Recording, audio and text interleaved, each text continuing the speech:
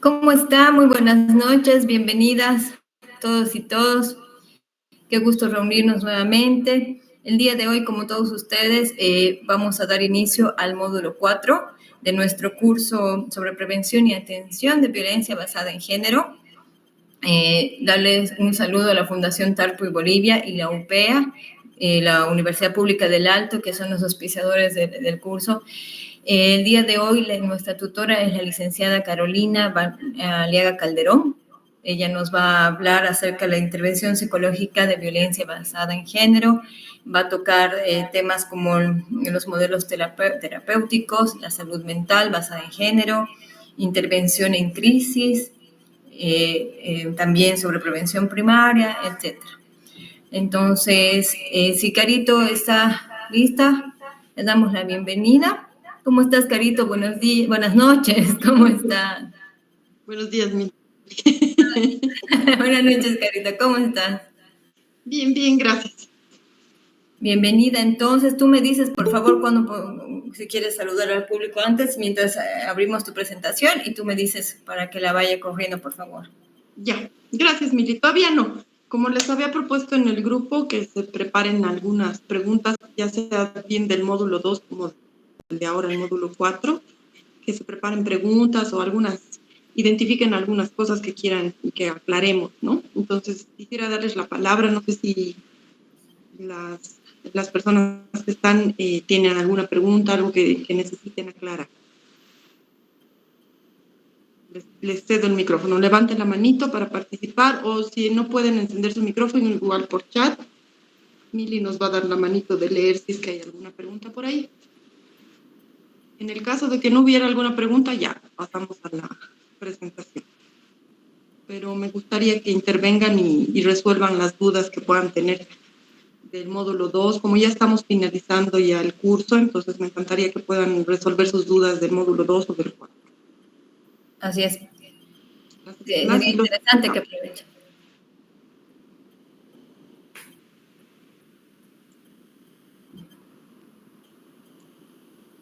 ¿No, nadie? ¿Todo claro?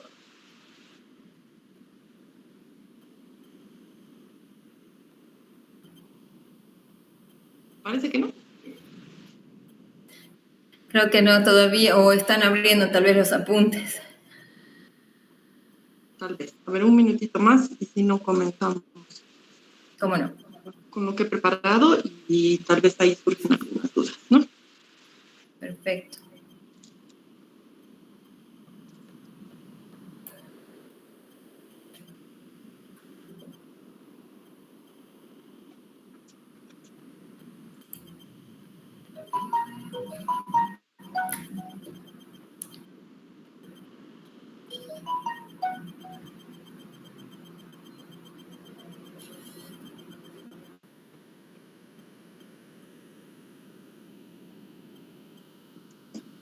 Me llegó una pregunta al chat, Carita, por favor.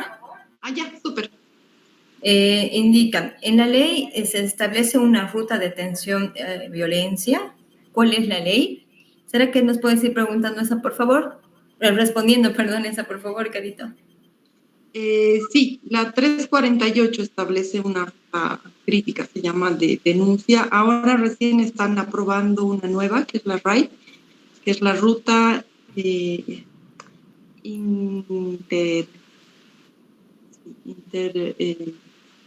la RAI de atención, pero es una nueva ruta que han establecido interinstitucional con todas las instituciones que forman parte, que toman parte en un proceso de denuncia de un caso de violencia, ¿no?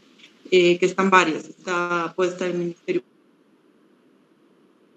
Público, puede estar la FELCB, puede estar el IDI, puede ser incluso en área rural, puede ser una autoridad indígena originaria, puede ser la autoridad que esté en el pueblo, en la localidad, puede ser algún médico. Se la ha tomado de diferentes puntos de vista, tomando en cuenta las diferentes realidades que tenemos, ¿no? No todas las áreas rurales, no todos los pueblos, las comunidades del país tienen fiscalía, ¿no? De hecho, casi ninguna.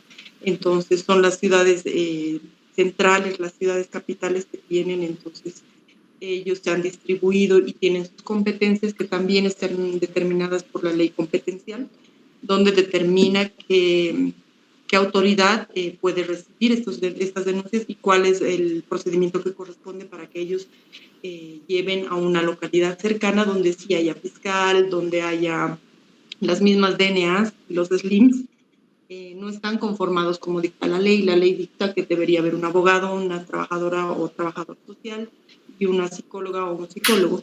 Sin embargo, muchos municipios y muchas comunidades no tienen los recursos necesarios para contratar ese personal. Entonces, ahora se ha visto que están trabajando en mancomunidades y en poblaciones cercanas. Lo que hacen es reunirse y determinan que una población contrata psicólogo o psicóloga, la otra contrata trabajador o trabajadora social y la otra comunidad contrata abogado o abogada y llevan en conjunto los casos, ¿no? Pero obviamente eso es a partir de la realidad del país. Sin embargo, está trayendo otras problemáticas, ¿no?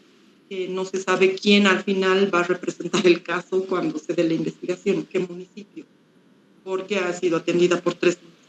Entonces, están resolviendo, la información que tengo, lo están resolviendo desde el Ministerio de Justicia, desde el PIO, están resolviendo estos temas, ¿no? Porque sí es una realidad que las comunidades no tienen presupuesto para cumplir lo que la ley especifica, pero sí se están dando formas y eso es bueno. Eso es bueno porque se están dando formas de atender estos casos, ¿no? Y no dejarlos en la impunidad. Pero sí, respondiendo a la pregunta, sí existe una ruta crítica y sí la ley determina qué instituciones y quiénes forman parte de todo esto. Muchas gracias. Carito, una pregunta más nos ha llegado a nuestro WhatsApp. Voy a dar lectura, por favor. Dice, ¿los pueblos indígenas que tienen sus propias normas y procedimientos pueden sancionar la violencia en sus comunidades? ¿O es que deben acudir a la instancia judicial ordinaria?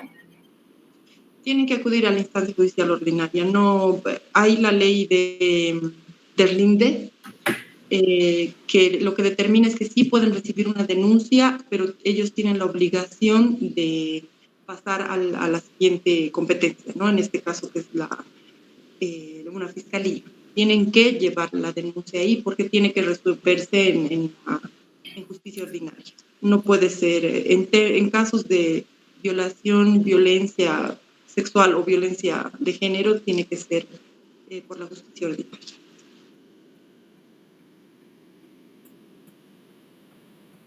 Gracias. ¿Alguien más tal vez tiene alguna consulta con respecto al módulo que quiera compartir la pregunta ahora y aprovechar el espacio? Adelante, por favor, ya sea vía escrita o pueden encender sus micrófonos. Creo que empezamos con la diapositiva y tal vez van surgiendo dudas. Perfecto. ¿Cómo no? He preparado la diapositiva correspondiente, sí, por favor, al módulo 4, ¿no? Perfecto. Pero les repito, si sale alguna duda del módulo 2, estoy abierta a resolverla ahora, ¿no?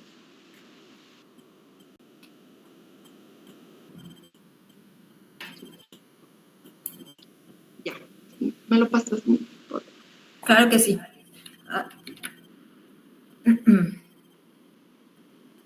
Un segundito, por favor.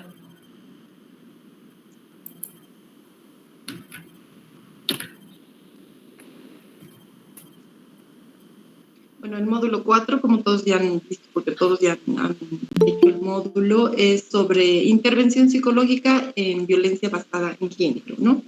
Y en este módulo vamos a hablar específicamente de la importancia de esta intervención y que tenga un enfoque de género, ¿no? Que tenga una perspectiva de género, como se dice. La siguiente, por favor. Y el por qué es importante, ¿no? Perdón. Segunditos son. Iniciar con esos conceptos, ¿no? Del por qué es importante la perspectiva de género, ¿no? La perspectiva de género es importante porque esta es la segunda. No, hay antes. Hay antes una. A ver, esta es, sí, es la primera. Ya, ok. Entonces, tenemos que el modelo terapéutico sensible al género ha sido adaptado, más que adaptado, es asumir una posición de perspectiva de género, como les decía, ¿no? Tenemos que tener una visión completa de lo que implica la violencia basada en género, y para eso tenemos que estar conscientes de que esta violencia tiene un porqué que es diferente a otros casos en los que intervenimos los psicólogos, ¿no? Entonces, la situación que ha llevado a este tema de la violencia es el tema del género, ¿no? Lo que habíamos llevado en el módulo 2. Eso quiere decir que hay un origen que se debe a este tema del género, a esta discriminación, a esta separación, a esta asignación de roles que nos trae la construcción social del género, ¿no?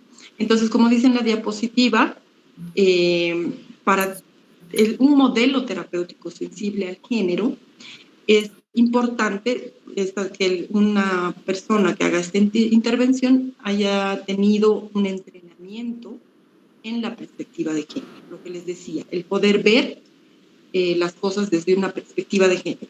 Se dice, coloquialmente, se habla de ponerse los lentes del género, ¿no? Que puedas ver las cosas a través de ese espejo, de ese vidrio, y que te hace ver las cosas diferentes, ¿no? A partir de una perspectiva de género.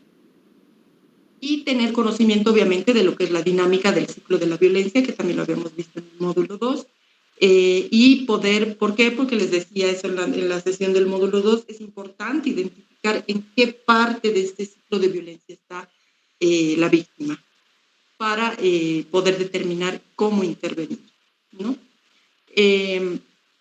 Porque además sabemos que si intervenimos en crisis, cuando la persona ha sufrido violencia y ha tomado la determinación de hacer una denuncia o de acudir pueden buscar ayuda y apoyo, entonces sabemos que lo siguiente es que venga la etapa de luna de miel, entonces ahí probablemente deje de venir a terapia, quiera desistir de hacer la denuncia y todo eso, ¿no? Entonces tenemos que intervenir oportunamente y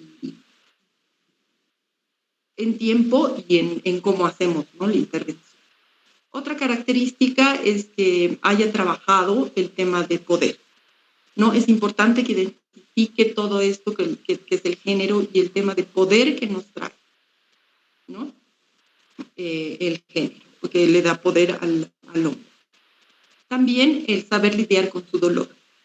Sabemos, las cifras lo dicen, ¿no?, de muchos casos de violencia, que 9 de 10 mujeres han sufrido violencia psicológica, violencia sexual mucho menos, pero algún tipo de violencia las mujeres lo hemos sufrido.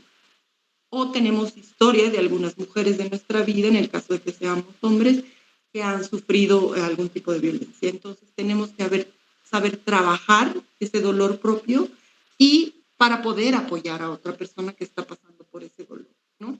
Si no hemos trabajado nuestro dolor, lo que se llama la resonancia, se llama en terapia, que algún tema te resuena, te genera conflicto interno, tú no vas a poder apoyar ni brindar el apoyo que necesita esa persona en este momento, ¿no?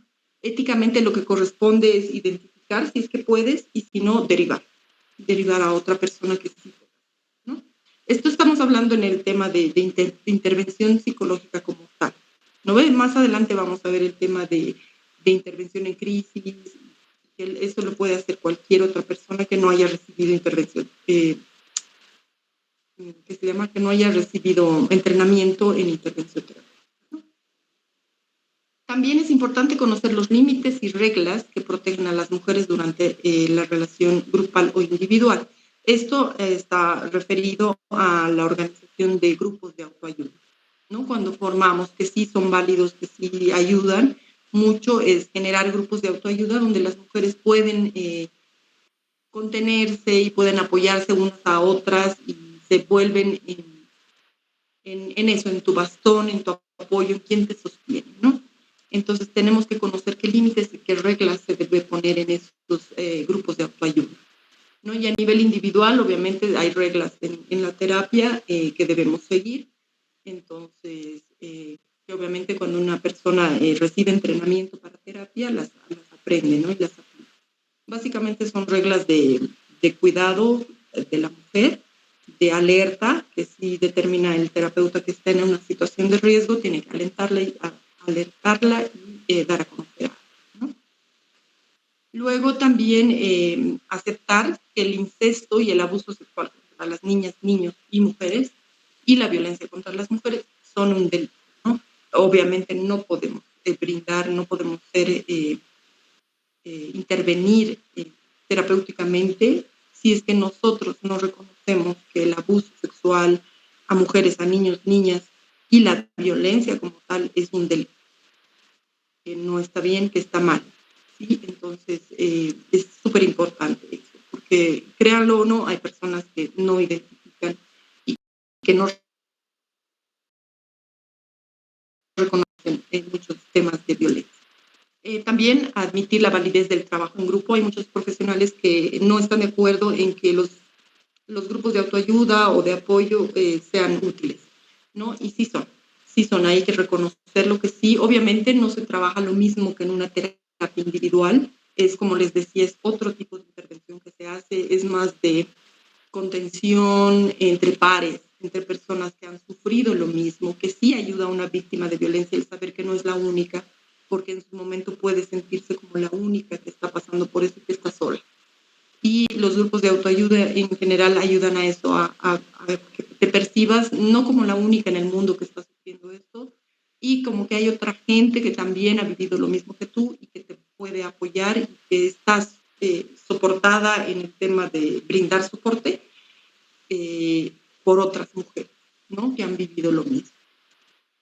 También otra característica de una persona que haga intervención es sentir la comodidad de tratar aspectos de la socialización y discriminación. ¿A qué se refiere esto? Que en terapia vas viendo cómo esa persona ha sido socializada en su entorno. Socializada me refiero en temas de género, ¿no? Cómo en su familia han determinado qué roles tienen las mujeres, qué roles tienen los hombres, qué se acepta y qué no se acepta. Es algo que sí o sí hay que trabajarlo y hay que ver. Hay entornos familiares en los que se naturaliza totalmente la violencia, no solo física o psicológica, sino también sexual, y son entornos que van repitiendo estos abusos sexuales de generación en generación, ¿no? Entonces tenemos que ahondar en ese tipo de información y tenemos que ir, dice sentirse cómodo porque realmente es un tema que genera mucho conflicto interno, ¿no? Porque es complicado. Imagínense estar en terapia. Yo ahora tengo un caso de una persona que ha sufrido abuso sexual y el abuso sexual es normalizado dentro de su familia. No se lo atiende, no se lo denuncia y se mantiene una relación con los abusadores, no relación sexual, pero sí una relación social con los abusadores. Entonces es bien complicado, hay que estar sensibilizado y hay que, no sé si la palabra sea sentirse cómodo, pero no sentirse tan incómodo como para no poder trabajarlo, ¿no? Hay que realmente tener la mente muy abierta porque uno escucha cosas terribles que uno a veces no se imagina, como dice el dicho, la realidad supera la ficción muchas veces, entonces tenemos que estar abiertos, abiertas a escuchar cosas que muchas veces ni se nos pasan por la cabeza, ¿no? Y sentir la seguridad de poder trabajar con eso. Repito, lo ético es, si no sientes la comodidad, derivarlo a un colega que tú sepas que sí va a poder, ¿no? Otro requisito es el promover un cambio en la relación terapeuta-cliente, ¿sí? Que desmitifique la imagen de experto, que aumenta la asimetría de poder. ¿A qué se refiere esto? Muchas veces, y más aún personas que son víctimas de violencia, acuden a donde tengan que acudir, a la instancia que sea, ya sea terapia, ya sea fiscalía, ya sea policía, o ante un centro de salud y demás, en una postura muy de víctima y de que está en las manos de la otra persona, del otro, de la otra, ¿no? Entonces, es como que te dan de nuevo el poder y en ese caso, repetimos, los mismos patrones de que hay alguien de poder. Si hablamos de una terapia con enfoque de género, no podemos repetir, bueno, en realidad en ninguna terapia, se debería de repetir esa postura del terapeuta que lo sabe todo, que conoce todo y que tiene el poder, ¿no? Más bien hay que cambiar esa relación y por una relación horizontal, ¿no? Donde sí, yo puedo tener el conocimiento de cómo ayudarte con ciertas cosas de tu vida, y conozco de técnicas, conozco de modelos y de la teoría, ¿no ves? De cómo se hace. Pero en realidad el experto aquí es el paciente, el cliente, ¿no? Porque esa persona es quien conoce su vida, quien conoce cómo se ha formado esa vida y quien conoce todo lo que ha vivido, ¿no? Y quien puede tener toda la información de cómo resolverlo también. ¿Sí? Los terapeutas no somos sabios y no podemos intervenir y decir específicamente a una persona cómo resolver y a la siguiente lo mismo y a la siguiente lo mismo. Cada caso es particular, cada persona es diferente y particular, entonces el terapeuta tiene que adaptar sus conocimientos al caso que venga en ese momento, ¿no? La siguiente, por favor. Lo que les decía, la perspectiva de género. Hablamos de la perspectiva de género, por eso es el dibujito de los lentes, lo que les decía, los lentes que nos permiten ver que no todo está como debería estar o como supuestamente es, ¿no? Las cosas son diferentes y estos lentes nos ayudan a ver. La perspectiva de género es un mecanismo, una herramienta que nos permite identificar y cuestionar y valorar hechos de desigualdad, de discriminación y exclusión que por lo general lo sufren las mujeres, ¿verdad? Por este sistema sexo-género del que hablábamos en el anterior módulo. Esta construcción social del género, los roles, los estereotipos son quienes nos imponen toda esta visión con roles de género que nos asignan cómo debemos vestirnos, pensar, qué hacemos, qué no hacemos, qué sentimos, qué no sentimos y todo eso. Es para eso que ayuda esta perspectiva de género y la intervención, a tomar en cuenta todas esas aristas, digamos, ¿no? Todas esas variables que intervienen en la construcción de cada persona. Entonces, lo que les decía, nos ayuda a cuestionar, a valorar la discriminación, la desigualdad y exclusión de las mujeres y las acciones que se deben emprender para intervenir sobre estos factores, ¿no? Y para producir un cambio. Así como habíamos dicho que cada persona es diferente, el cambio lo vamos a introducir de diferente manera. No es de la misma manera. Hay que adecuarnos, les repito nuevamente, al caso que tenga. La siguiente, por favor.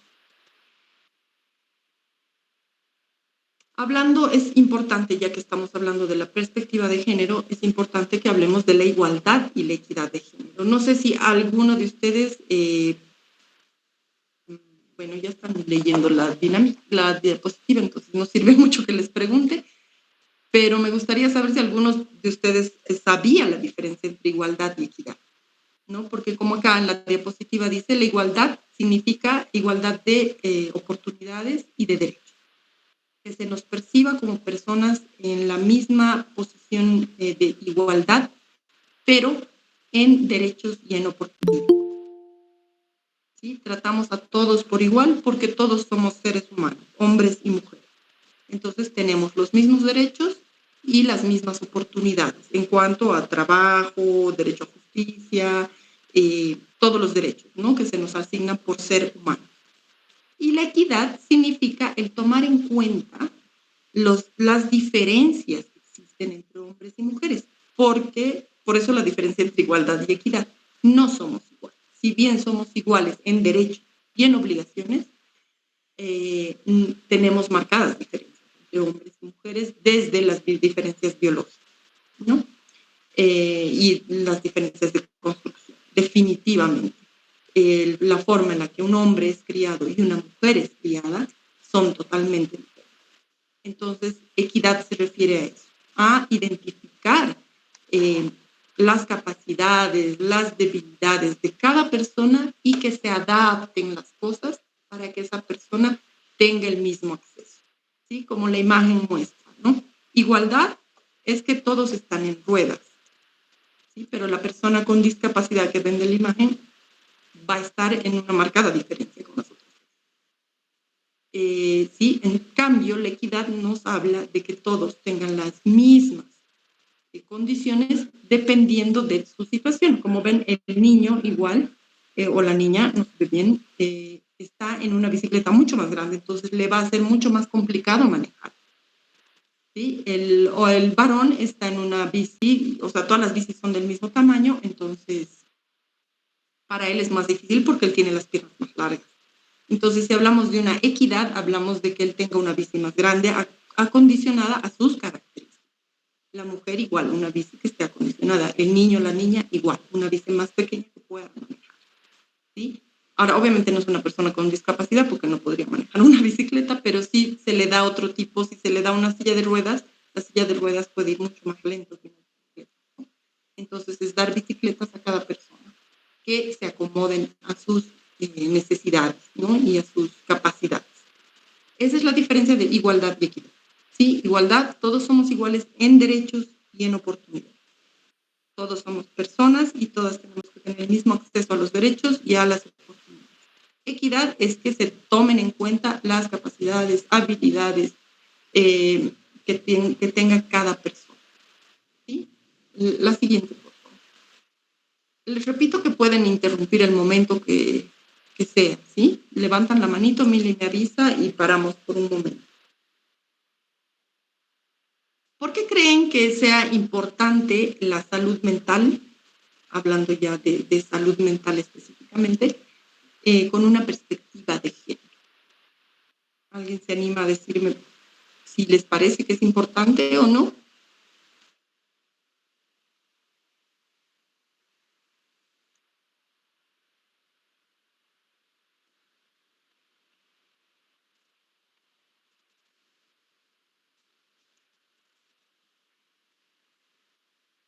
Están muditos hoy día.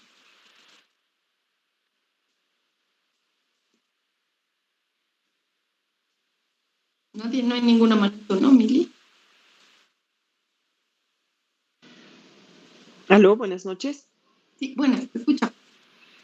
¿Te refieres a, si entiendo bien, salud mental con perspectiva de género, la posibilidad de no tener prejuicios y tabús en relación a la identidad de género? Sí, también puede ser, puede ser. ¿Alguien más? Tal vez, a ver, no tener tabú, ¿verdad? No. A la identidad de género.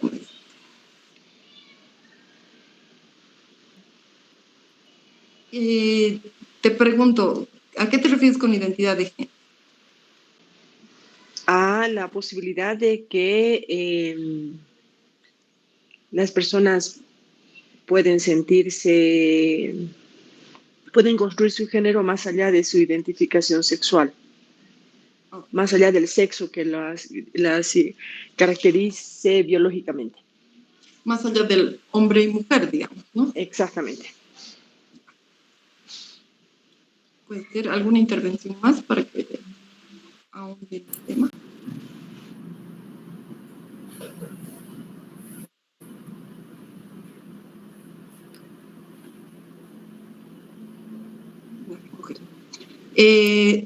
Sí puede entrar, perdón, no he visto quién hablaba. Mireya Herrero estaba hablando, Carito. Gracias, gracias. Mireya, sí, puede ser, claro, obviamente las identidades de género, obviamente es un tema que no lo hemos tocado en este curso, que son la orientación sexual y la identidad de género, que se refiere a eso, ¿no? Como el género es una construcción, cada persona construye su género según cómo se identifica y si se siente identificada con los órganos sexuales con los que han nacido. Entonces, obviamente, las mujeres cisgénero, que se llama cisgénero cuando una mujer se siente identificada con sus órganos sexuales correspondientes a mujer, es una mujer cisgénero si se siente identificada con los órganos sexuales de mujer y adopta un género femenino, ¿sí? Entonces, transgénero es una persona que no se siente identificada con sus órganos sexuales y adopta una identidad de género diferente a la que correspondería según lo que indican las normas, ¿no? Esas normas que dicen si naces con vulva y vagina, eres mujer, y si naces con pene, eres hombre y te identificas con lo masculino y lo femenino, ¿no? Entonces las personas trans no se sienten identificadas con esos órganos y no se sienten identificadas con el género que correspondería, entre comillas, según el sexo con el que han, ¿no? Es de eso que nos hablaba Mireia. Y sí, obviamente entra en un tema de esa perspectiva de género. Es algo que sí tenemos que también tener los y las psicólogas en cuenta, ¿no? El momento de atender un paciente. Sin embargo, ahora, como estamos viendo el módulo de violencia basada en género, se refiere más a eso, ¿no? A una perspectiva de género, de entender que todos estos factores de los que hemos estado hablando influyen en cómo yo me construyo durante toda mi vida, ¿no? ¿A qué se refiere esto? De niña me dicen, bueno, tú has nacido con vulva y con vagina y te van a crecer senos, entonces eres niña. Y las niñas son femeninas y se comportan de esta manera. Entonces tú tienes que tener el pelo largo y te tienes que maquillar y tienes que pintar las uñas y eres súper emocional y eres llorona y eres, no sé, quieres estudiar una carrera de mujeres, quieres ser parvularia o quieres ser peluquera o quieres ser azafata. Esos son los roles y los estereotipos de género que influyen en nuestra construcción. Lo mismo para un varón, ¿no? Entonces, estos roles, estos estereotipos de género son los que nos forman. Sea un hombre, le decimos, tú has nacido con pene y obviamente te corresponde ser masculino porque eres hombre. Y lo masculino es ser fuerte y es ser, no reconocer las emociones. Y los hombres no lloran. Y los hombres pueden tener muchas mujeres y los hombres son superiores a las mujeres y de hecho puedes hacer lo que quieras con tu mujer, con tu pareja y empezando desde tu mujer, ¿no? Puedes tener muchas parejas, puedes mandar en tu casa y tu mujer tiene que ser sumisa y hacer caso a lo que haces y a lo que dices y puedes tener relaciones sexuales el momento que te dé la gana a ti, aunque tu pareja no quiera, y puedes corregirla porque obviamente es un ser inferior a ti, entonces tienes que corregirla y puedes ser violento, puedes pegarle y la mujer tiene que soportar todo. Si te crían así, si te construyes con ese pensamiento, la violencia que ejerces en tu pareja la ves normal. A eso se refiere la salud mental con perspectiva de género. Tenemos que intervenir, tenemos que asegurar esa salud mental, pero no tenemos que quitarnos los lentes. Tenemos que tener en cuenta todas estas cosas que van construyendo a los seres humanos con los que vamos a trabajar. Eso tenemos que ver en terapia, en intervención. ¿Sí? Si una mujer ha crecido sabiendo que el hombre, su pareja, podía ser violento y ella no podía decir nada y tenía que aguantar que le sea infiel y es tu rol tener relaciones sexuales cuando a tu marido le plazca, no vamos a identificar que estamos siendo víctimas de violencia. Entonces es súper importante tener esta perspectiva de género en nuestra intervención en la salud mental. Sí, lamentablemente en Bolivia no es un tema que se lo hable mucho ni que se lo tome en cuenta. La salud mental no está tomada en cuenta ni siquiera en salud integral. Cuando se habla de salud integral es totalmente biológico. ¿Sí? Es un tema de estás bien, tu corazón late bien, tu estómago funciona bien, todos tus órganos están perfectos. Eso es salud integral. Pero nadie se preocupa por la salud mental del. Y nosotros, los y las psicólogas que trabajamos, o trabajadores sociales igual, y aprovecho este momento para aclarar que no solo los psicólogos pueden ser terapeutas, ¿no? Cualquier persona de cualquier profesión puede capacitarse capacitarse, puede entrenarse para ser terapeuta. Entonces, si una persona que es, no sé, un arquitecto, tiene esta, no es curiosidad, pero sí estas ganas de poder hacer terapia, poder apoyar y ayudar a personas, puede hacerlo, puede entrenarse y puede,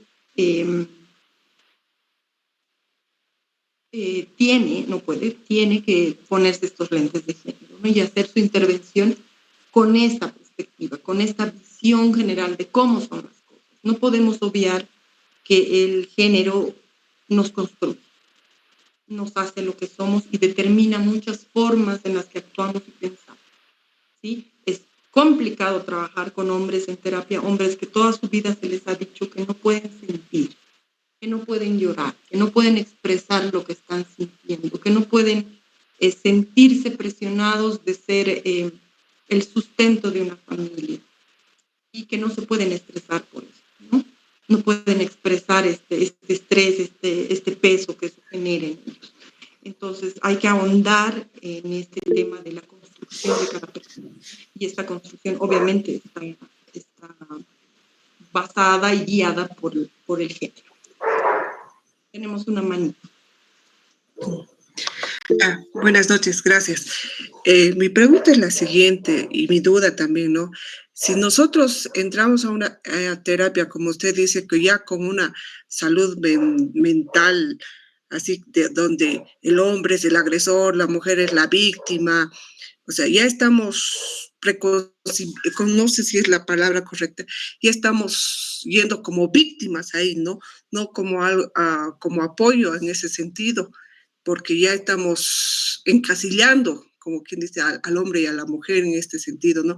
El hombre, el agresor, la mujer, la víctima y todo esto. O sea, no estaríamos encasillándonos ya en vez de reaccionar en la terapia, o sea, decirle a la mujer o al hombre cómo mejorar en este proceso. Sé que es difícil, pero un poco saliendo de ese proceso de qué es qué es el rol de mujer, rol de hombre, y un poco sanar el proceso de mujer, o sea, conocerte como mujer, conocerte como hombre, saber que tienes fortalezas y debilidades, ¿no? En este proceso.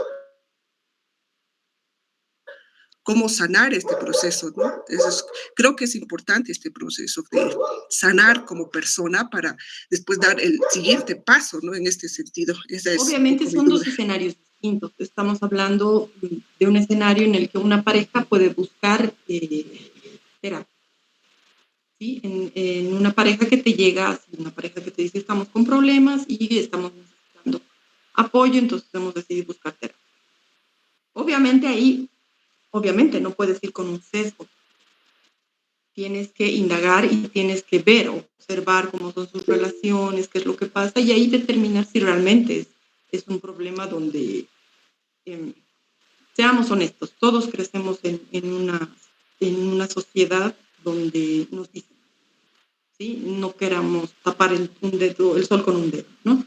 Se nos dice que los hombres tienen más oportunidades, se nos dice que las mujeres tenemos que ser sumisas y calladas.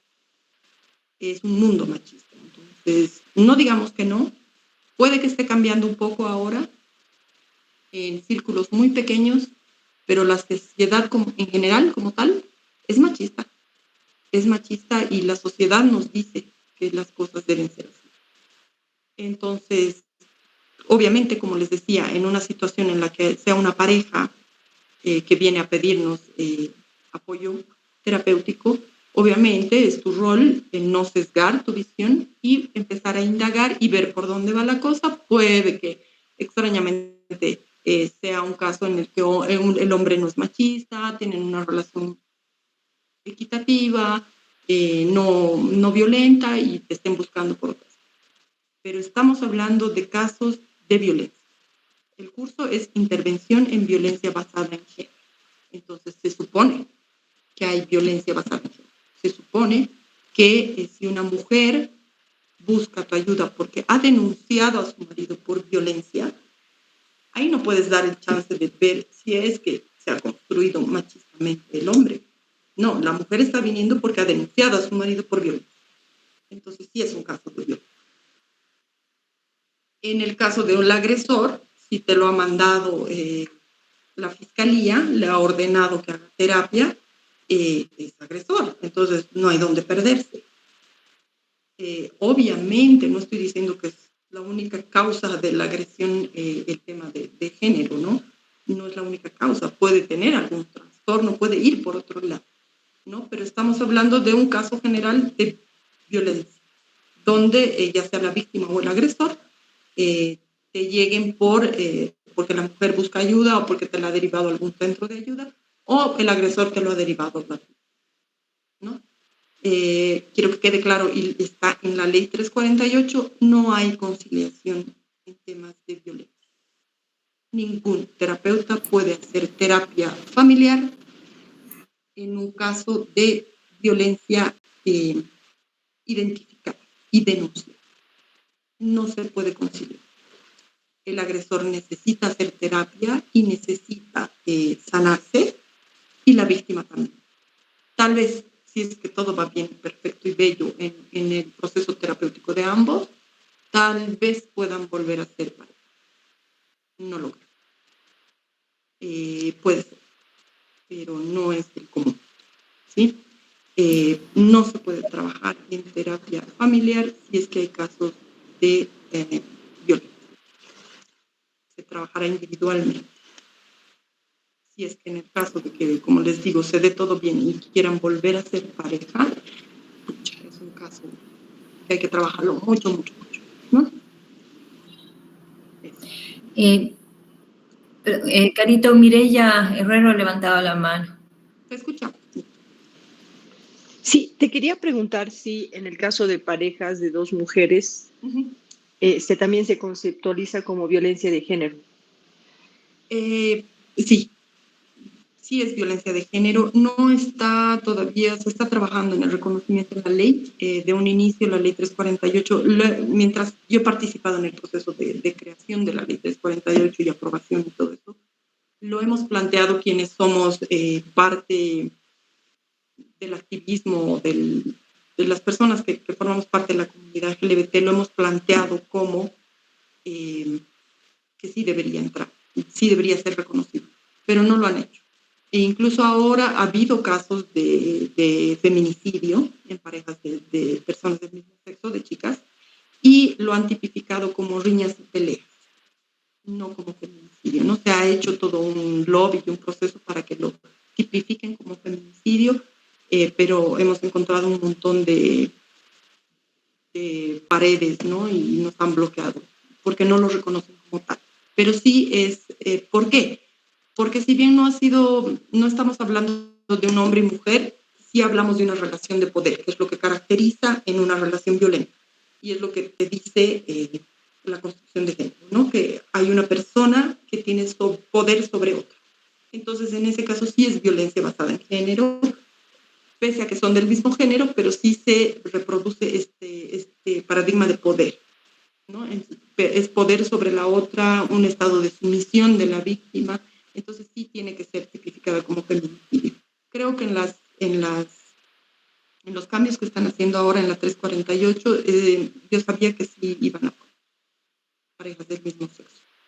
En hombres también, en parejas de hombres también se tipificaría como violencia basada en género, porque no como feminicidio, pero sí entraría como violencia de pareja, ¿no? Que igual ahora lo tipifican como riñas y peleas, ¿no? Y no, definitivamente no es una riña y pelea, porque hay una relación de dos personas y obviamente siempre hay algo de lucha de poder, ¿no? Gracias. ¿Nadie más? ¿Seguimos?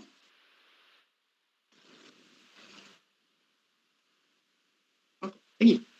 Entonces, a eso se refiere esto de salud mental con perspectiva de género, ¿no? Sí, a tener en cuenta en nuestras intervenciones toda esta construcción. Bien como decía Janet, si nosotros en la intervención, en lo que preguntamos, en lo que identificamos, nos damos cuenta de que no va por ahí, pues no va por ahí, ¿sí? Pero como les decía, en un caso de violencia sí, es obvio que va por ahí. Por lo general, bajo mi experiencia, este tema de la construcción por la que nosotros, todos y todas, vamos, este camino, estoy segura que nuestra generación puede estar educando en un tema mucho más abierto y no con los roles tan marcados, tan sesgados, ¿no?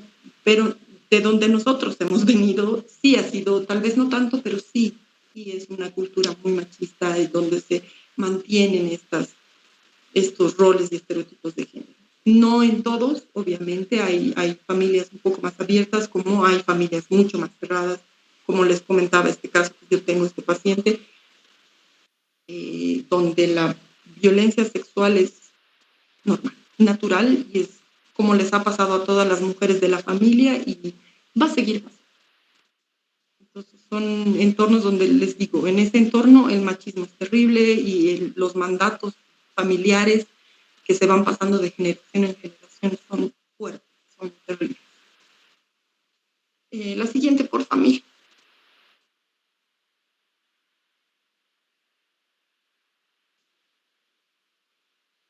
Ok, vemos ahora el trabajo terapéutico. El trabajo terapéutico que tenemos con víctimas de violencia basada en género, pero este está dividido en la intervención de urgencia. ¿Sí? ¿Por qué es importante la intervención de urgencia y por qué es tan específica? Es la intervención que se hace cuando te llega un caso en ese momento, ¿sí? Que acaba de hacer la denuncia y tú tienes que intervenir, ya sea porque te han dado el pase para que hagas valoración psicológica, que es necesario para los casos de denuncia. Es esa intervención que es urgente, que atiendes a una víctima que está en una situación de crisis. ¿Sí? Y la intervención, obviamente, en ese momento, obviamente la puede hacer también cualquier persona, así no tenga entrenamiento terapéutico. ¿Por qué? Porque la mayoría de las veces esta intervención de hecho la hace otra persona, ¿no? La hace él o la policía que está recibiendo la denuncia, él o la personal de salud, trabajadora social, quien esté, inclusive amigos, ¿no? Vecinos. Muchas veces, que debería ser que la ley 348 lo establece, como que cualquier persona que sea testigo o que sepa que hay una situación de violencia en una persona, tiene la obligación y debería denunciar esa situación. Entonces, muchas veces son vecinos los que hacen esta intervención, ¿no? Que hablan con la mujer que está sufriendo violencia y la acompañan a denunciar y todo. Entonces, esa es la intervención de urgencia, que es ese momento y es porque la persona está en ese momento queriendo denunciar, acaba de sufrir la agresión, entonces tiene otras características y es diferente. ¿Sí? Dentro de las características está dar una respuesta inmediata y adecuada a las necesidades de la víctima. Tenemos que identificar qué necesita. Ya hablando en un aspecto de intervención psicológica, tenemos que identificar qué es lo que necesita. Necesita salir de esa casa inmediatamente, tiene hijos, hijas, tal vez otras personas que dependen de ella y están en esa casa. Entonces tenemos que actuar en ese sentido, ¿sí? En obtener números de gente de apoyo que la pueda ayudar, tener nuestro listado de referencia, a quién podemos referir, si conocemos de algún centro de acogida, mandarla ahí, contactarla. Es inmediato, no podemos darle el teléfono y decirle, llama a este lugar, te van a ayudar. No, lo hacemos nosotros. Sí, en este momento voy a llamar y te van a venir a recoger y te van a apoyar, porque eso es lo que necesita la víctima en ese momento. No, como les decía, estamos hablando de una mujer que ha salido ese momento de una agresión y que está en esa crisis. Porque además no está en una situación de toma de decisión. Entonces necesita que el terapeuta tome esa postura de decisión y de velar por el bienestar de la mujer, porque obviamente la mujer no está en condiciones de velar por su bienestar. A eso se refiere con necesidades, ¿no? Si es que necesita ese momento de intervención del policía, puede que el agresor esté esperando ahí afuera, que salga, o qué va a pasar si vuelve a su casa. Son una infinidad de cosas que se tienen que tomar en cuenta, ¿no? También hay que garantizar la seguridad física de la víctima, lo que les decía, que si es que el agresor está allá afuera o la mujer teme que esté allá afuera, que la haya seguido y que esté, tenemos que garantizar, llamar a la policía, llamar a alguien que pueda asegurar que la víctima tenga esa seguridad y que sea trasladada a un lugar donde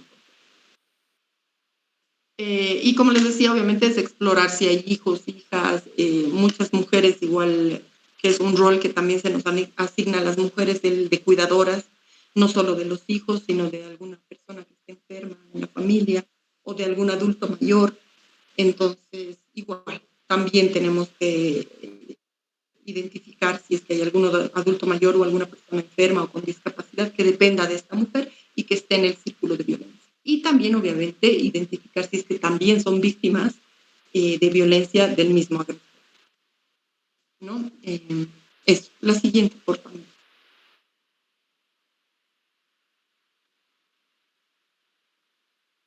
En esta, vamos a ver la primera fase de la intervención en crisis. ¿No? Las mujeres vienen con síntomas. Lo que les decía, vienen en crisis, vienen en un bloqueo emocional, por lo general, o están en una crisis así súper fuerte de llanto y de una crisis de ansiedad terrible, con una angustia terrible, que no pueden dejar de llorar, no pueden contenerse. Entonces hay que hacer una contención inicial, cosa de bajar la ansiedad y bajar un poco esta crisis emocional, tratar de, no es fácil, pero tratar de romper este bloqueo emocional con el que viene la mujer. Es por eso que les decía que muchas veces no pueden tomar las decisiones. Y muchas veces, no solo por un bloqueo emocional o por estar en crisis, sino por muchas veces porque se arrepienten de haber denunciado y les entra, son víctimas de violencia, entonces les entra una angustia terrible de si lo van a meter al esposo o a la pareja a la cárcel, de qué va a pasar, de que ella no trabaja, que cómo van a tener a los hijos, son mil cosas que se vienen en la cabeza, ¿no? Entonces no hay que dejar que eso, hay que intentar de que eso no pese más que la decisión que ha tomado de romper de una vez y salir de esta situación, ¿no? ¿Cómo podemos identificar este bloqueo emocional?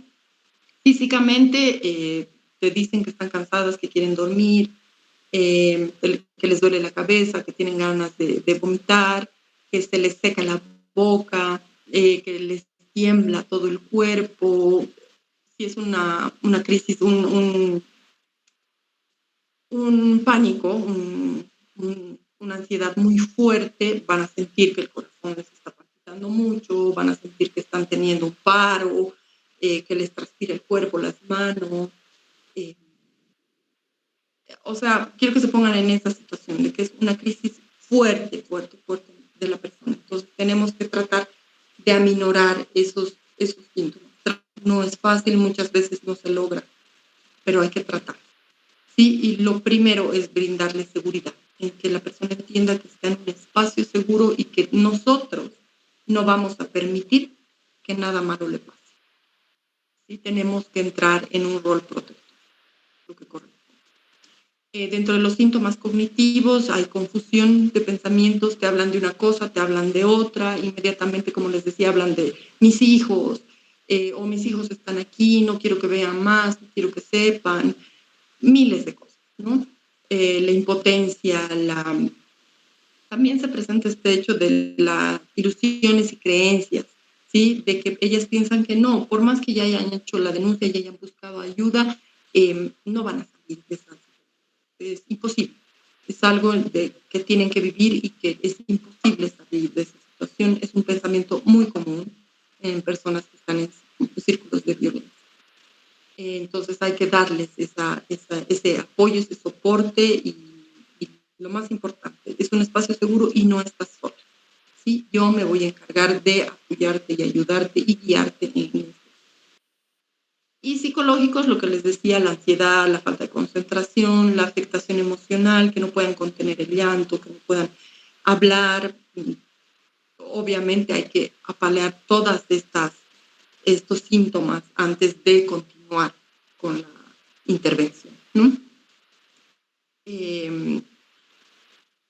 Y también, ¿a qué nos referimos con conductas desorganizadas? Es que no saben si prestar atención a lo que está pasando en ese momento. Te dicen, no, es que no puedo, me iré porque tengo que ir al trabajo, tengo que cuidar de mi mamá, tengo que hacer esto, tengo que hacer el otro. Entonces la persona empieza a divagar, ¿no?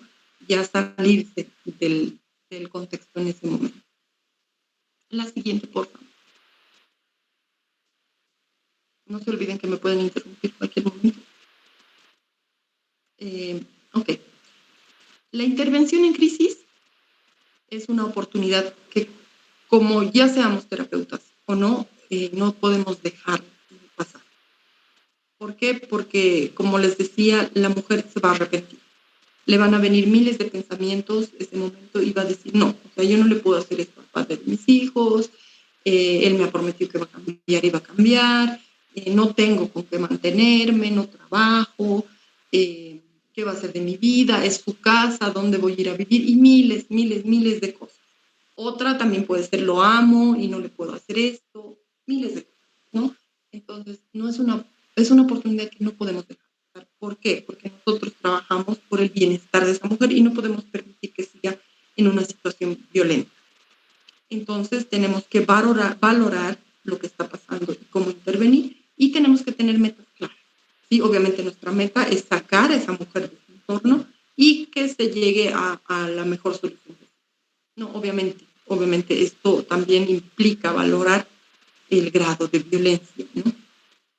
Podemos estar hablando de algo muy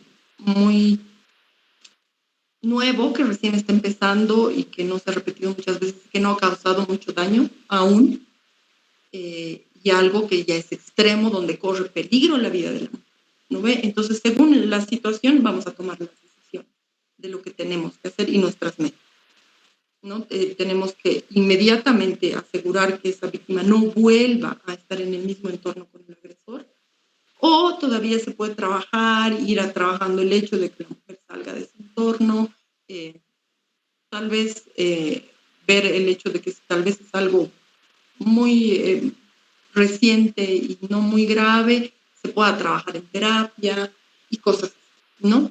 Como les digo, cada caso es particular, cada caso es distinto.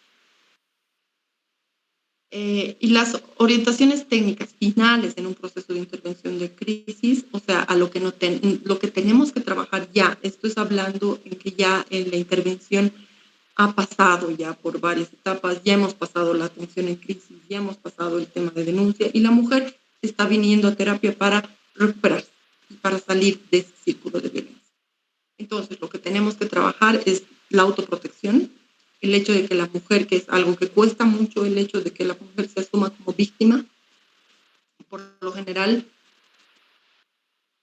naturalizan mucho la situación por la que viven, o muchas veces vienen de entornos violentos donde han visto que su padre igual ejercía violencia con su madre, entonces es como deben ser las cosas, ¿no? Entonces hay que asegurarnos de que se reconozca como víctima, que reconozca que todo lo que ha vivido sí es agresivo, es violento, y mella su dignidad y mella lo que esa persona, para generar en esa persona conductas de autoprotección, que ella misma quiera protegerse, alejarse, proteger a sus hijos, hijas, de esa situación. La autonomía va en el sentido ese, ¿no? De que si vemos desde un enfoque global este tema de la violencia, una persona agresiva hace eso, ¿no? Lo que hablábamos en la anterior sesión, las excluye, las aparta, las deja sin un entorno, sin gente de apoyo a quien acudir. Y por lo general, muchas de las veces las hace renunciar al trabajo, entonces, para que dependan económicamente de él, ¿no? Y obviamente la violencia psicológica, te dicen que eres un inútil, que no sirves para nada, que no puedes trabajar, que no puedes eso, que no puedes el otro. Entonces hay que trabajar eso, la autonomía de la persona, que se reconozca como una persona válida nuevamente, que sí puede trabajar, que sí puede llevar adelante a su familia y que sí tiene un entorno que la puede apoyar, que la puede ayudar en el caso de que se le sea difícil el sacar adelante sola a la familia, sí va a haber otras personas, ¿no? Entonces trabajar todo eso. También es importante trabajar en intervención terapéutica en la expresión de sentimientos y emociones. Hay que trabajar en el hecho de que reconozcan qué es, al asumirse como víctimas, qué emociones les causa, qué es lo que les hace sentir al ver desde afuera ya todo por todo lo que ha vivido esa persona, ¿no? Que son hechos violentos donde mellan su dignidad, su valía. Entonces, ¿qué sentimientos genera? ¿Qué emociones? Ayudar a reconocer, porque cuando estamos en una situación violenta tendemos a encapsularnos para que el dolor sea mínimo, ¿no? Entonces, dejamos de sentir, dejamos de reconocer las emociones que tenemos porque es dolor y no puedo con eso. Entonces, hablarlo en intervención ayuda mucho. También no tenemos que salirnos de que es una intervención temprana lo que estamos haciendo, ¿no? Si bien la persona ya puede haber hecho su denuncia y está yendo a terapia ya regularmente, sigue siendo una intervención temprana porque cualquier momento puede surgir una recaída y puede querer volver con el agresor puede querer buscarla y de nuevo entrar en el círculo y decirle voy a cambiar, voy a hacer terapia, dame una oportunidad más y cosas así. Entonces la intervención temprana se refiere a eso, a que no puedes aflojar, no se puede aflojar, hay que seguirla jalando a esa mujer hacia una autonomía y hacia un reconocimiento de que le toca trabajar ahora y no puede aflojar en ese trabajo, porque una que se afloja es mucho más seguro que va a volver. ¿Sí? El reencuadre de normalización, ¿a qué se refiere? A que tenemos que, el reencuadre se lo utiliza como renombrar, digamos, a lo que está viniendo la persona. ¿Sí? La persona viene con, tengo problemas me enojo mucho, ¿sí? Me enojo mucho y exploto donde sea, digamos, ¿no? Un ejemplo. Entonces, un reencuadre sería darle un nombre a eso y decirle, entonces tú tienes problemas de control de ira. ¿Sí? Le estamos dando un nombre o bien lo estamos direccionando hacia donde es. En este tema de la normalización se refiere a lo que les decía. Muchas mujeres vienen de entornos violentos o han normalizado la violencia que están viviendo. Entonces, para ellas es normal. Es normal que mi marido se salga a farrear los viernes y llegue caliente y me obligue a tener relaciones. Es mi rol, es lo que una esposa debe hacer. Es normal. Es normal que después de tener relaciones, como yo no lo he disfrutado y no he querido mucho, me dé un sopapo, una patada. Es normal que quiera pegar a mis hijos. Es normal porque estaba borracho.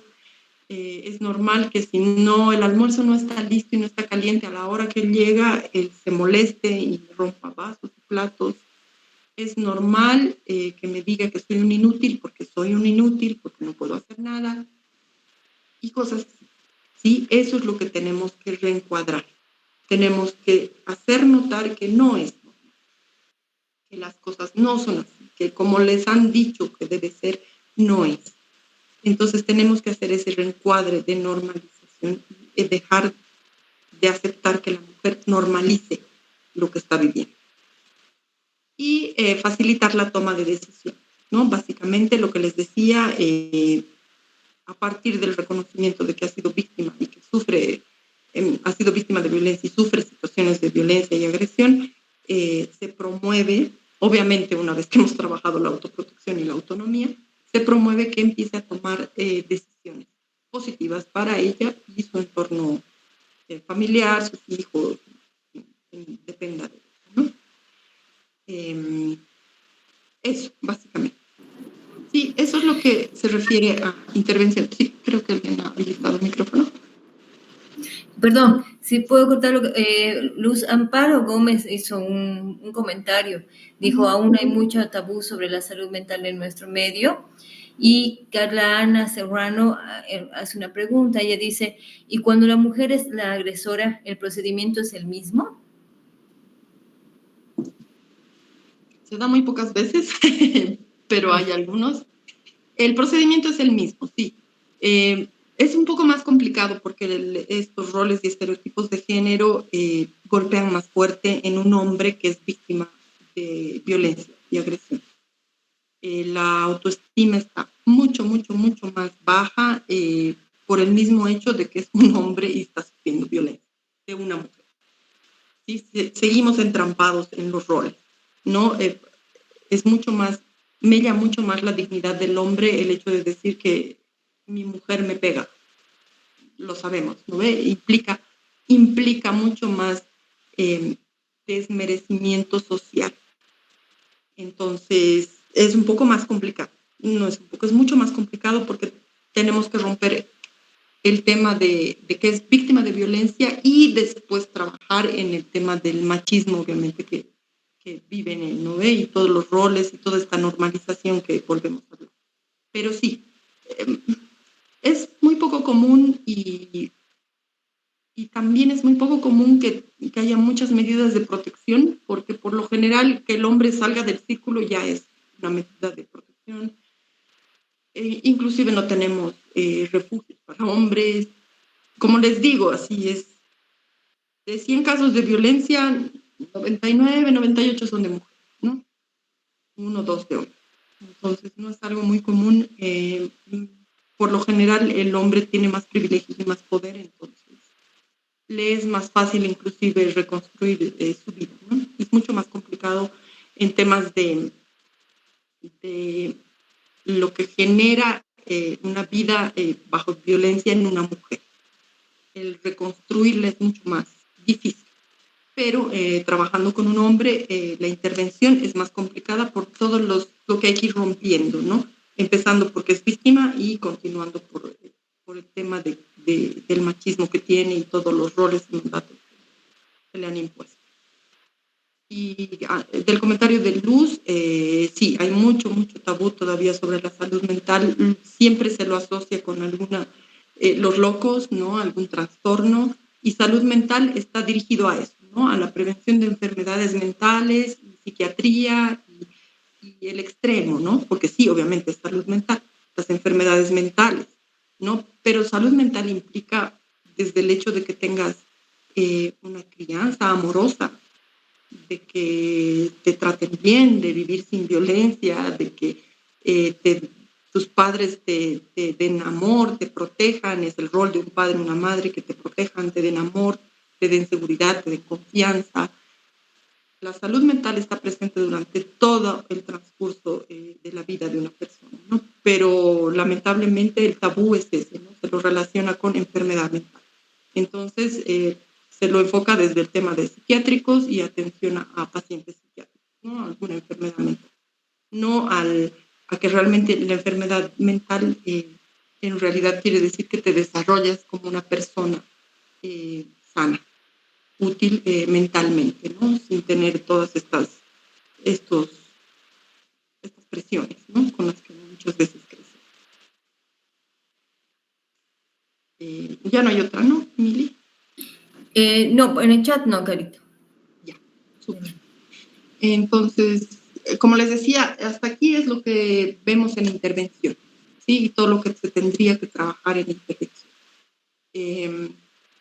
Obviamente, en la sesión que tenemos programada presencial, se les va a dar algunas herramientas más profundas, ¿no? Y más adecuadas al ámbito desde el que cada quien puede intervenir. Como les decía, una trabajadora social, una comunicadora, un arquitecto, un ingeniero pueden intervenir en esta situación de crisis, ¿no?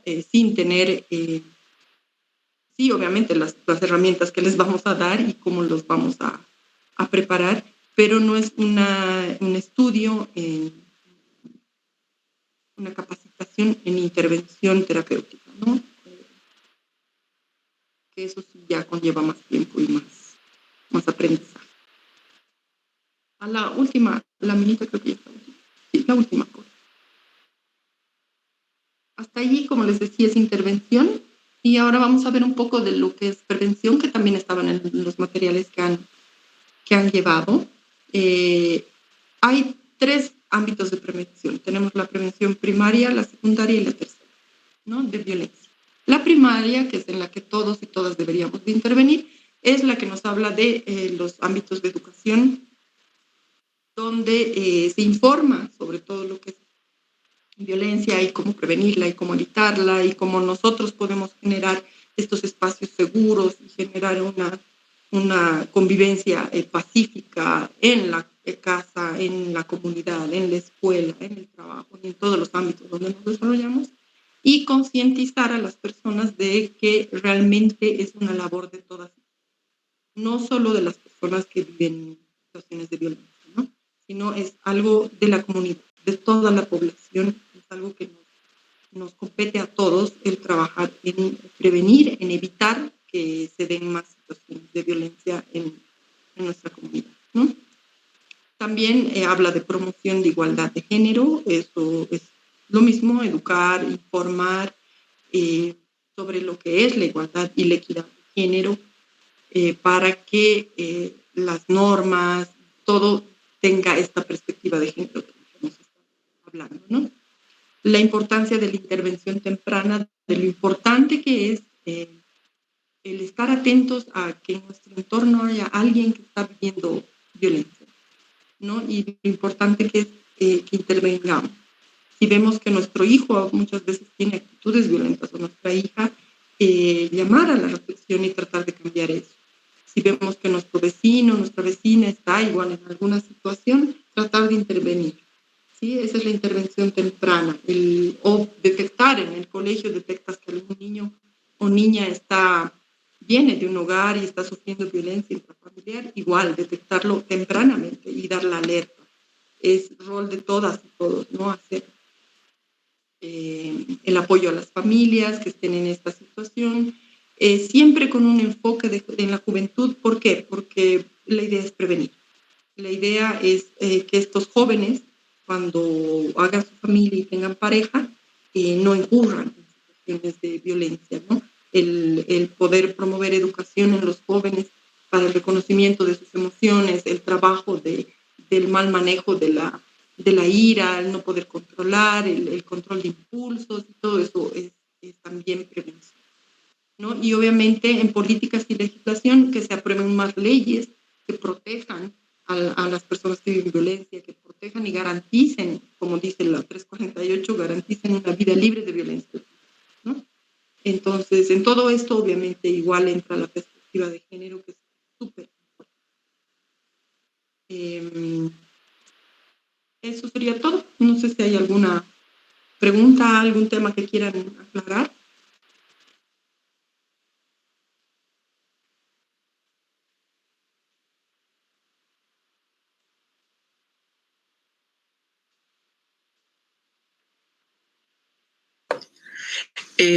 Pregunta, soy yo otra vez.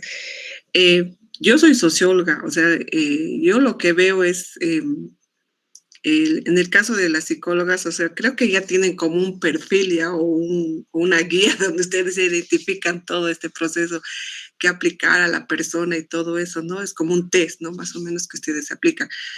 Lo que a mí me llama un poco la atención es que creo que ya estamos, ¿cómo se dice? Marcando, o sea, tú entras aquí, tú eres un machista, entras aquí, tú eres una víctima, entras aquí. Eso creo que todavía estamos en ese proceso. Sí, entiendo que estamos en una violencia machista y todo eso, pero creo que estamos ya encasillando, ¿no? Un poco este proceso, ya estamos con ese concepto porque somos una sociedad machista, tenemos que empezar a estructurar en tal tesis y meterlos en ese grupo, ¿no? Creo que la cosa no va por ahí, como dice, sé que cada caso es diferente, creo que todavía tengo esa esperanza de que sí, todavía hay personas que no están todavía en ese cerradas que pueden cambiar, pero lo que creo que no sé cómo decirle la palabra exacta, pero eh, creo que hay algo de esperanza, ¿no? En que las mujeres todavía, si son víctimas, creo que también hay un grado que ellas también tienen que asumir esa responsabilidad, ¿no? En el proceso este del maltrato que hay, porque ellas están asumiéndolo como es parte de lo que me han educado, de lo que me han criado, o sea, cerrar ese círculo todavía, ¿no? Creo que es ese proceso que se tiene que romper. Por eso creo que ese círculo propio creo que es importante. Creo que reforzar en prevención cómo cerrar tus círculos propios para dar el segundo paso, ¿no? Que es formar una familia, tener hijos, pero si uno se ha, como quien dice, enamorado del primero que ha encontrado, tampoco funciona, ¿no? Creo que ese paso de soledad que tenemos que dar cada mujer es importante en este proceso, porque si no estás bien contigo misma en tu soledad, difícilmente que otro va a venir a llenar lo que tú no has podido completar, ¿no? En ese proceso creo que ese pasito es lo que nos falta y lo que nos está dañando mucho a muchas mujeres. Cuesta, pero yo creo que es posible en este proceso, ¿no? Eso es un poco, trato de encasillarme en este proceso, pero trato de ver que sí hay esperanza, ¿no? En ese sentido. Esa es en realidad mi esperanza, ¿no? Que todavía las mujeres sí podemos salir en este proceso. Gracias por escuchar. Gracias, Janet. Sí, o sea, entiendo lo que me dices. Es como que encasillar que todos los hombres son agresores. No, no va por ahí, ¿no? No todos, definitivamente, no todos los hombres son agresores, no todos los hombres son violentos. Pero sí, yo te aseguro que todas las agresiones sí están gobernadas por el machismo. Entonces, esa es la cosa. Si ya estás viendo un caso de violencia, entonces no puedes perder el norte y tienes que investigar si realmente está generada por este tema del género, de los roles y del machismo y todo eso. Ojalá no, y tengas que buscar otras formas de intervenir y ver cómo va, pero yo te puedo casi asegurar de que la mayoría de las situaciones de violencia son gobernadas por el machismo. Yo también creo en que sí se puede recuperar. Trabajamos en Tarpu y trabajamos con agresores también. Y sí se pueden, sí puedes ejercer un cambio. No es que no es que se va a quedar, bueno, una persona que busca ayuda y accede a terapia no se va a quedar como agresor toda la vida. Puedes generar un cambio, puedes provocar ese cambio. Pero es bien complicado, que es muy poco común que un agresor busque ayuda, ¿sí? Porque no reconoce que es agresor, no reconoce de dónde viene esa actitud agresiva y violenta, ¿no? Entonces es bien complicado. Por eso la fiscalía deriva en casos todos deberían acceder a terapia, pero no es así, ¿no? Deriva en algunos casos, es por orden fiscal que los agresores tienen que hacer terapia, y alguno que otro que busca por sí solo, ¿no? Pero es poco común. Sí creo también en la recuperación, y sí tengo la esperanza de que esto cambie también yo, ¿no? Y sí, en prevención se tiene que trabajar con las mujeres para que reconozcan estos casos de violencia y los identifiquen y no se casen con un novio agresor, ¿no ve? No me voy a casar con un hombre que me está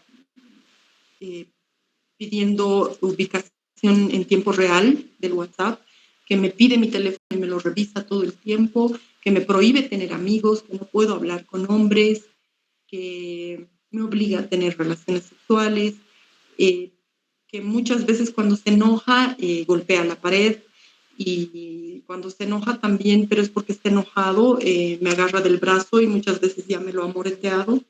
O cuando soy coqueta, se enoja y me da un puñetazo en la pierna. Esas cosas no son normales.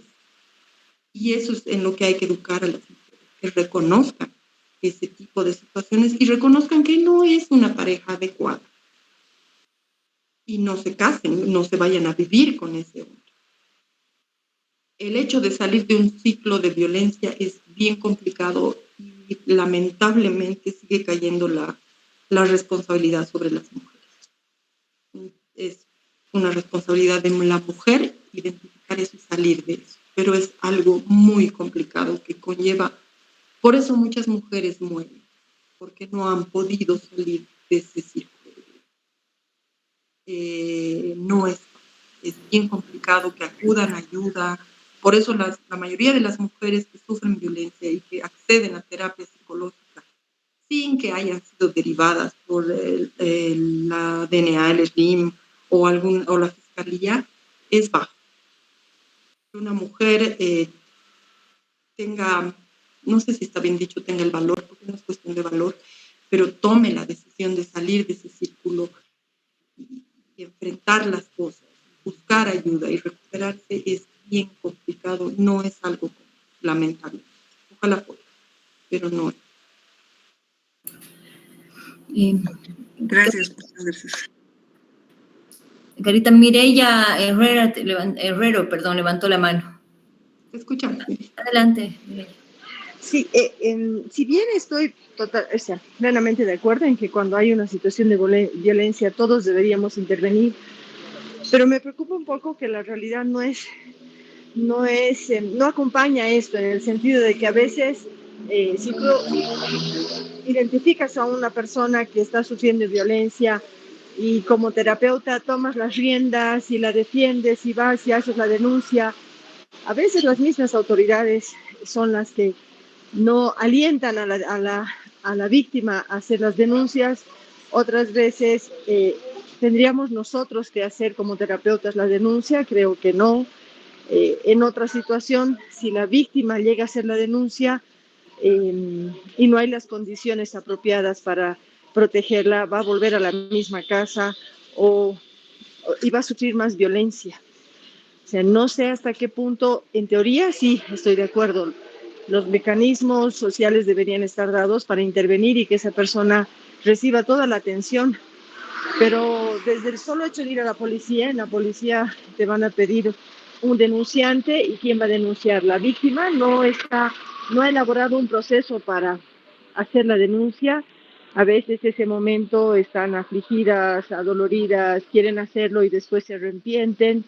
Y cuando vuelven, me parece que si el terapeuta toma las riendas de esta situación, puede ser algo muy impuesto, necesario sacar a la víctima de esa situación, salvarla, evitar que la lastimen mucho más, que la lleguen a matar. Pero es tan real que los terapeutas tomemos ese rol así tan decisivo. O sea, la sociedad, los mecanismos que existen a nivel de procesos nos van a acompañar, o es que vamos a generar una situación de mayor violencia. He tenido la oportunidad de estar cercana a una ONG que trabajaba con mujeres, tenía su departamento legal y todas las mujeres de la zona, o sea, no todas, muchas mujeres de la zona donde estaba esta ONG, estaban en procesos legales de separación y se las identificaba, las mujeres de tal ONG, sí, se separan. La ONG las incentiva a que se divorcien, pero después se trasladan de casa y vuelven nomás con su pareja. O sea, ¿es real o hasta qué punto puede ser ficticio y podemos generar más situaciones de violencia si no responde a un proceso terapéutico, que la víctima elabore su separación, elabore el ser víctima, el que lo que le pasa no es normal, que es violencia? Me preocupa un poco eso porque también parte de lo que nos decías es que cualquiera puede ser terapeuta o cualquiera puede prepararse, entrenarse para terapeuta. No es muy de afuera esa decisión, no puedes aceptar que te peguen, tienes que separarte, tienes que evitarlo, no sé. En ese sentido un poco iba mi duda. Gracias, Mireya. Entiendo. Sin embargo, sabemos que en terapia estamos obligados y obligadas a, si es una situación de riesgo, debemos venir. O sea, si la fiscalía se entera de que el terapeuta sabía que esta mujer estaba en una situación de riesgo, que estaba en una situación de violencia, que iba creciendo y que lo que venía era que la mate o que sufra un daño terrible, y se entera que el terapeuta sabía y no ha denunciado, te cae un proceso penal por complicidad. Entonces, sí estamos en la obligación de denunciar, obviamente haciendo una evaluación de cuán grave es. Suena mal porque no deberíamos ni siquiera socapar o ni siquiera aceptar un sopapo, ni siquiera un inútil de mierda, ni siquiera eso se debe de aceptar. O sea, tolerancia cero es tolerancia cero, ¿sí? Pero estamos en la situación de que no vamos a ir a denunciar que su marido le dice prostituta o inútil o imbécil. No, eso no podemos ir a denunciar. Obviamente tenemos que trabajar en un proceso terapéutico de que la mujer se dé cuenta, si se puede cambiar la relación, se puede cambiar, si no, que salga de esa relación y cosas así. A no ser que vayamos, mientras trabajamos, vayamos viendo que esa violencia va creciendo, ¿no? Pero si estás ante un caso de una mujer que te viene golpeadísima, con la cara desfigurada, cortaduras, cosas así extremas que sí hay, no es que no, tú estás y valoras y ves, identificas que esa mujer, su vida está en riesgo, estás en la obligación de denunciar. Cualquier persona tiene que denunciar, y más aún un profesional, médico o en psicología o en psiquiatría o en más aún. Estoy de acuerdo en que lo utópico es que todo este sistema funcione así y todos intervengan en la prevención y todos prevengan y acabemos con la violencia. Es un sueño, lo sé, estoy de acuerdo. Sé que la policía no funciona. Sé que muchas DNAs no funcionan. Muchos SLIMs no funcionan. Sé, porque lo he visto, porque lo he vivido, porque tengo muchas amigas no conocidas, amigas que han querido denunciar violencia y los policías no les han aceptado. Y sé que los policías promueven la conciliación, siendo que está en la ley, está ahí explícito que no puede haber conciliación. Está prohibida la conciliación. Pero los policías promueven la conciliación y no te aceptan la denuncia y te echan la culpa. Lo sé, lo he vivido. Lo he vivido. Te dicen, ay, ¿para qué te metes con un hombre mayor que vos? Ay, ¿para qué tienes amigos? ¿Y así te vistes? Son los primeros en juzgar. Y es terrible. Y es algo con lo que también tenemos que pelear. No sé si conocen, la ley 348 también prevé la formación de las promotoras comunitarias. Las promotoras comunitarias son mujeres que han sufrido violencia, pero han salido de esos ciclos de violencia y se han recuperado y que pueden formarse. Hay varios lugares donde las forman, las capacitan, les dan muchas técnicas de contención, de apoyo, conocen la ley de arriba abajo y los procedimientos de denuncia. Y las promotoras comunitarias, su rol principal es apoyar a otras mujeres que están sufriendo violencia y acompañarlas en la denuncia. ¿Por qué? Porque justamente una mujer que está sufriendo violencia no está en la mejor situación emocional como para tomar decisiones y no tampoco está en la mejor situación como para darse cuenta que el proceso está siendo correcto o se están habiendo algunas falencias, ¿no? Entonces las promotoras comunitarias cumplen ese rol. No puedes, ya sea como promotora o como profesional, no puedes hacerte a un lado o mirar al otro lado ante una situación de violencia. Hay que saber medir y hay que saber medir nuestra intervención. Pero repito, como terapeutas tenemos la obligación de denunciar, más si identificamos que la vida de esa mujer corre.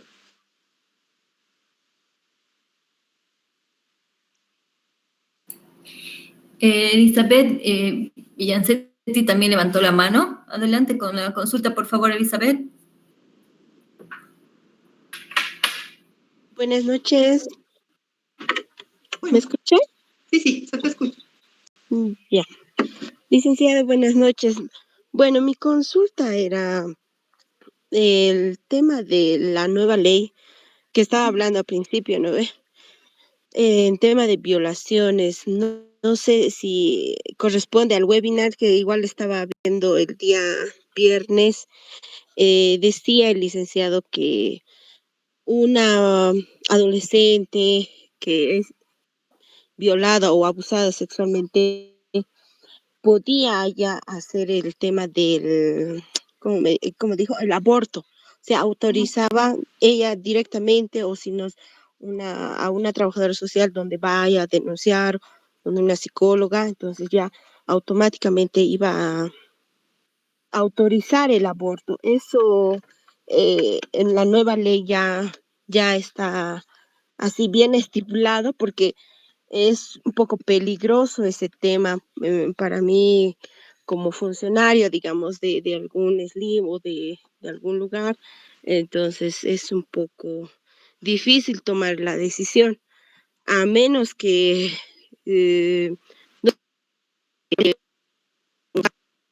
a partir de la parte jurídica se autorice, ¿no? Pero directamente no, me parece bien complicado ese tema del aborto. El otro tema que quería hablar es eso de los SLIMs, DNA o de las policías. eh, es, sí, como usted decía, difícil que reciban un maltrato o una violencia psicológica. Y el tema de la terapia me parece que debería ser desde un inicio,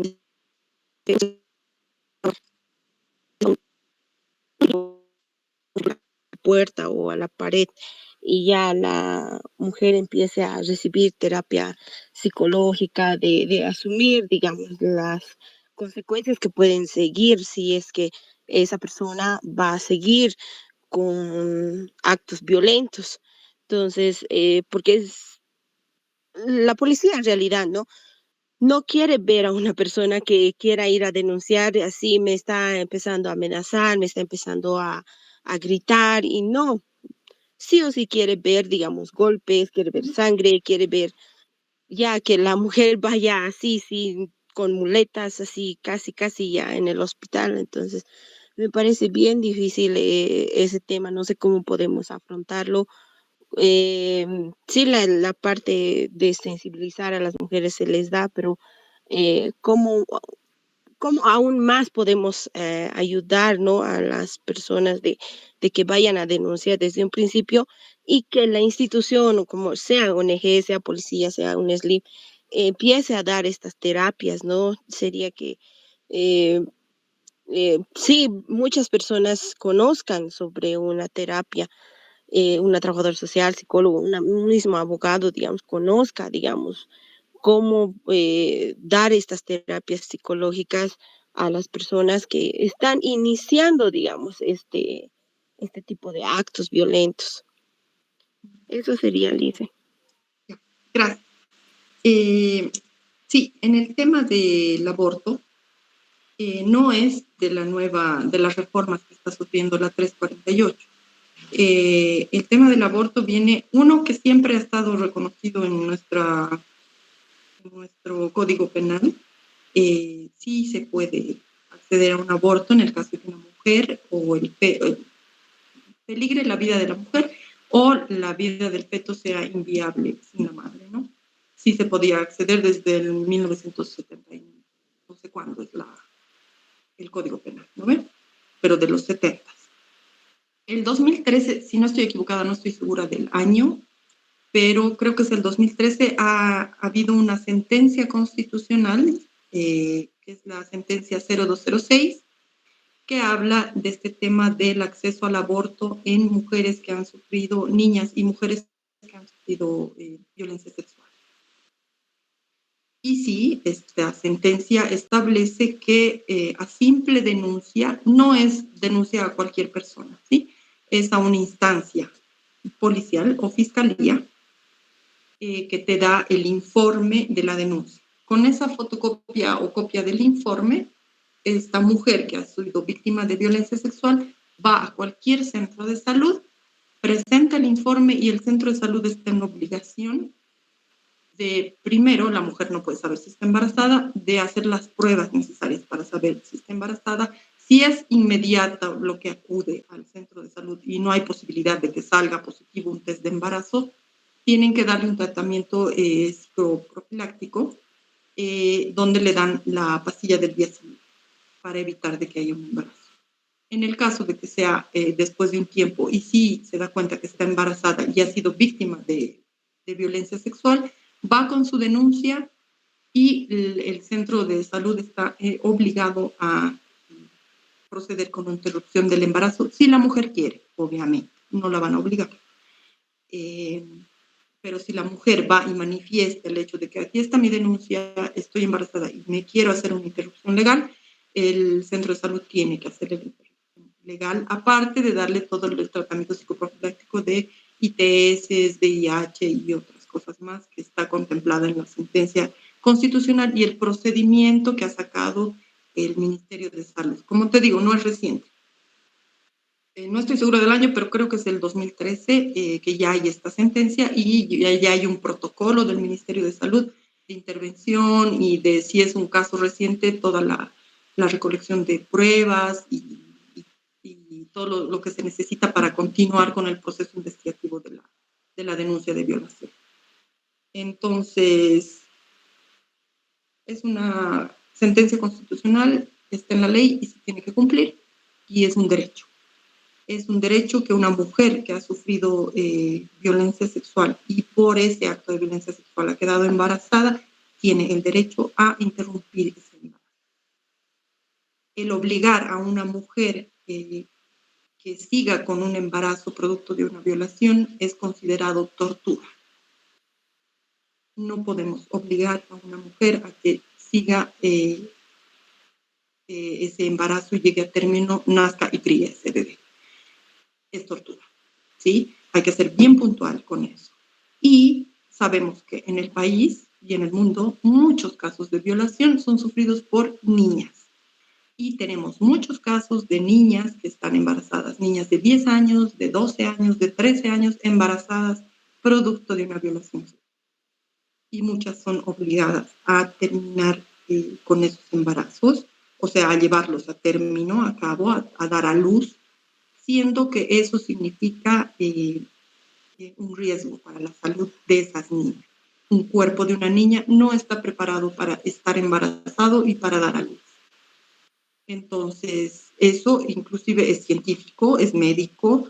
Un médico te dice, la OMS te dice que es un riesgo para la salud, es un riesgo obstétrico el hecho de que una niña esté embarazada y siga embarazada y dé a luz a un bebé. Entonces, bajo todo eso todos esos argumentos ha sido que el Tribunal Constitucional de Bolivia ha sacado esta sentencia constitucional dando pie a esto. ¿Y esto por qué? Les explico por qué. Porque en muchos casos de violencia sexual donde la niña o la mujer quedaba embarazada, tenía que ir y hacer todo el trámite de la denuncia, la investigación, hasta que el investigador haga todo y el fiscal tenga todas las sesiones y bla, bla, bla, bla, bla, y porque antes sí se podía, pero con una sentencia de la fiscalía. La fiscalía emitía un informe donde decía, sí, esta mujer ha quedado embarazada a partir de una violación sexual, entonces que se proceda con la interrupción del embarazo. Pero hasta que pase todo eso, sabemos cómo funcionan las cosas, resulta que la mujer ya daba a luz o estaba ya de 8 meses y no se le podía interrumpir ese embarazo. Entonces, con todos estos argumentos ha sido que el tribunal ha dicho, ok, está bien, en casos de violencia sexual, cualquier niña o mujer puede ir con su denuncia, simplemente la denuncia, ahora no necesita orden de un juez, solamente la denuncia y decir, estoy embarazada y quiero que me interrumpan el embarazo.